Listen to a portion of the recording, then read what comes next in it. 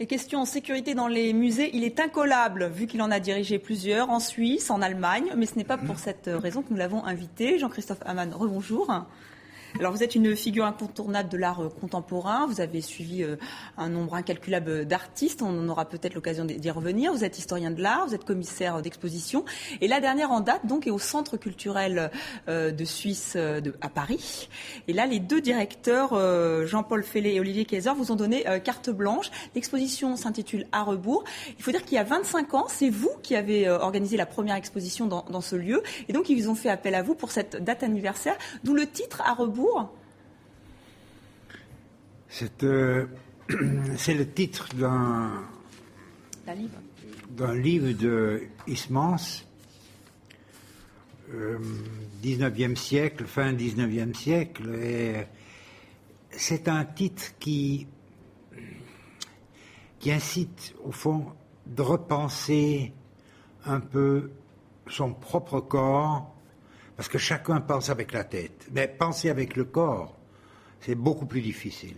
Donc, avec la digitalisation, avec la médialisation, on risque aujourd'hui de perdre sa propre mémoire du corps. Donc c'est pour ça que vous avez fait appel à quatre artistes qui utilisent des supports, enfin dans cette exposition, donc à rebours, des supports assez classiques, si j'ose dire. Oui. Donc, vous savez, aujourd'hui, chacun est capable de faire une installation, mais pas chacun est capable de peindre un tableau ou de faire une photo. Oui, voilà, on voit quelques images d'ailleurs de cette exposition. Absolument remarquable. Donc ici, dans cette salle, on voit un peu, c'est comme la nef principale d'une église. Donc, et dès le début, j'avais l'idée de placer les photos de Martin Ede qui sont très reliées à l'histoire de l'art. Parce que si vous regardez un peu cette femme enceinte, c'est comme une sainte, oui, une sainte Madone. Marie. Une Madone. Oui, et pour vous, le nu, c'est vraiment une question vraiment intrinsèque à l'art contemporain européen. Il faut y revenir, on l'a un peu oublié. Le nu est... c'est la culture occidentale. Prenez un livre d'histoire de l'art, vous l'ouvrez, c'est plein de nus. C'est quelque chose de fantastique. Oui, mais on pourrait se dire donc on a déjà tout fait, mais non. Non, parce que chaque génération redécouvre, au fond, de sa propre perspective, la réalité, que ce soit le nu ou pas le nu. Je pense que l'important, c'est pas inventer, l'important, c'est de découvrir. Alors les quatre artistes que vous avez choisis sont très différents, leurs œuvres sont aussi différentes. Moi, il y en a une qui m'a un peu interpellée, je vais dire, c'est Caro Surkamper. Elle utilise la porcelaine, les aquarelles. Alors, on pourrait dire que c'est un univers assez mièvre, mais elle détourne complètement. Vous, c'est ça qui vous intéresse aussi dans l'art contemporain, c'est de détourner le premier sens ? Là, on voit justement cette œuvre de Caro Surkamper. Oui. Elle est coquine, elle est ironique, et elle est sans gêne. C'est fantastique. Et je pense que ce que vraiment elle a réussi de faire, c'est donner à l'intime une forme. Et c'est très difficile pour un artiste de donner à l'intime une forme, parce que la forme transcende le contenu. La forme donne à ce que j'appelle l'intime ou l'intimité, une lueur, une lumière, une force, une énergie.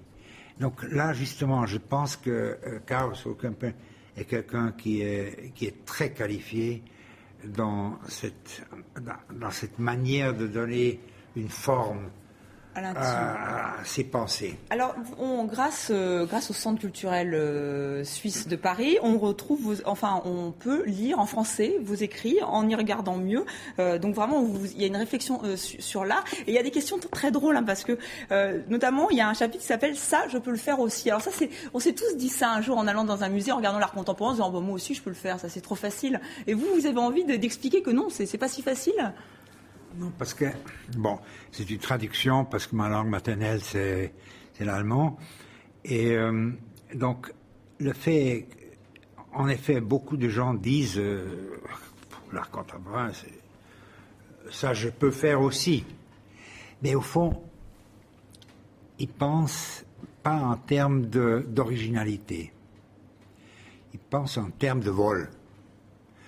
C'est-à-dire, en effet, je peux aussi faire quelque chose comme ça parce que c'est pas compliqué dans le processus du devenir. On vous décrit souvent comme un passeur. Vous aussi, vous vous sentez comme un passeur. Vous êtes là pour nous expliquer l'art contemporain? Pasteur, missionnaire. Un missionnaire. Pour vous, c'est un sacerdoce, donc. Oui, je pense que l'art contemporain, l'art en général, est tellement important parce que l'art transporte des contenus qui ne puissent pas être transportés en d'autres moyens. Donc on revient à rebours, finalement, il y a une dimension spirituelle aussi dans l'art contemporain. C'est ce que vous avez voulu mettre en avant. Oui. Eh bien, merci beaucoup Jean-Christophe Amann d'être venu sur le plateau de TV5. Donc j'invite nos téléspectateurs à lire votre livre en y regardant mieux, c'est aux Presses du Réel, et sinon à aller au Centre culturel suisse à Paris pour voir cette exposition. C'est jusqu'au 18 juillet. Et d'ailleurs, s'ils sont là aujourd'hui, vendredi, vous avez un grand entretien, je crois qu'on peut suivre dans ce même lieu qui est caché dans le Marais. Merci beaucoup d'avoir été notre invité. Et on va se quitter avec